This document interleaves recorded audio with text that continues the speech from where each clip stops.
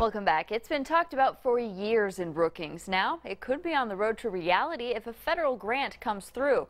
We're talking about a proposed I-29 interchange, which some say could ease traffic and boost business in the college town. In tonight's Eye on KELOLAND, Kelly Volk shows you where the plan stands and what some members of the business community are saying about it. Maderi Acres Greenhouses is planted on the south side of Brookings. Over the years, co-owner Lynn Darnell has watched the area blossom.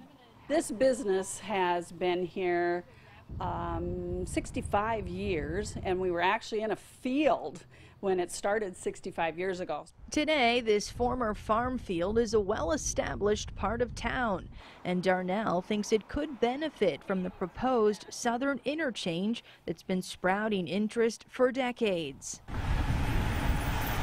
Here's the issue. Growing residential areas are located on the west side of the interstate in the southwest part of town. Meanwhile, a number of our major employers are located on the east side of I-29.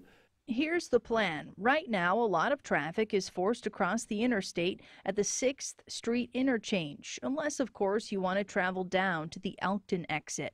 This proposed I-29 interchange at 20th Street would ease traffic by giving people another option. You know, there is no good way to get across the interstate right now for commuting if you live in the south side of Brookings. Daktronics is on the east side of the interstate. It employs about 1,500 people at its Brookings location. Well over half of those employees live west of I-29. This proposed interchange could help people get to and from work, if you ask the Vice President of Human Resources. We believe it could cut in half the commute time for many of our employees. CFO Sheila Anderson is one of them. Right now, she takes the Elkton exit to get to work, but if the proposed interchange were a reality today, I would get on the interstate right there. It would save me a lot of time, actually. The plan may not just take the trouble out of travel. Supporters of the project say it may build new business in the area, too. Mills Development Corporation is behind the Prairie Hills development in southwest Brookings. On top of bringing a variety of housing options to the area, President John Mills also plans on adding services, including a grocery store.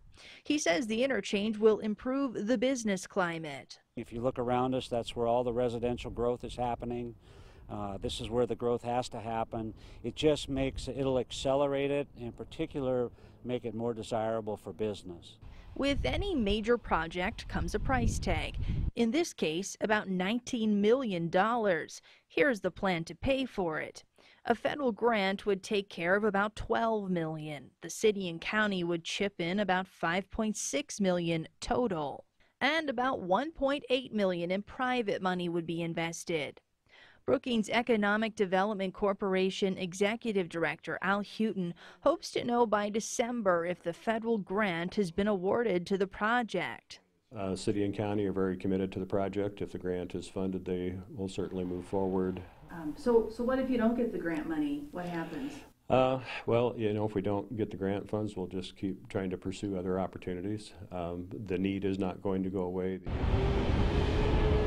Darnell agrees. She just hopes the project doesn't lead to any negative consequences in the area where it's planned to take shape.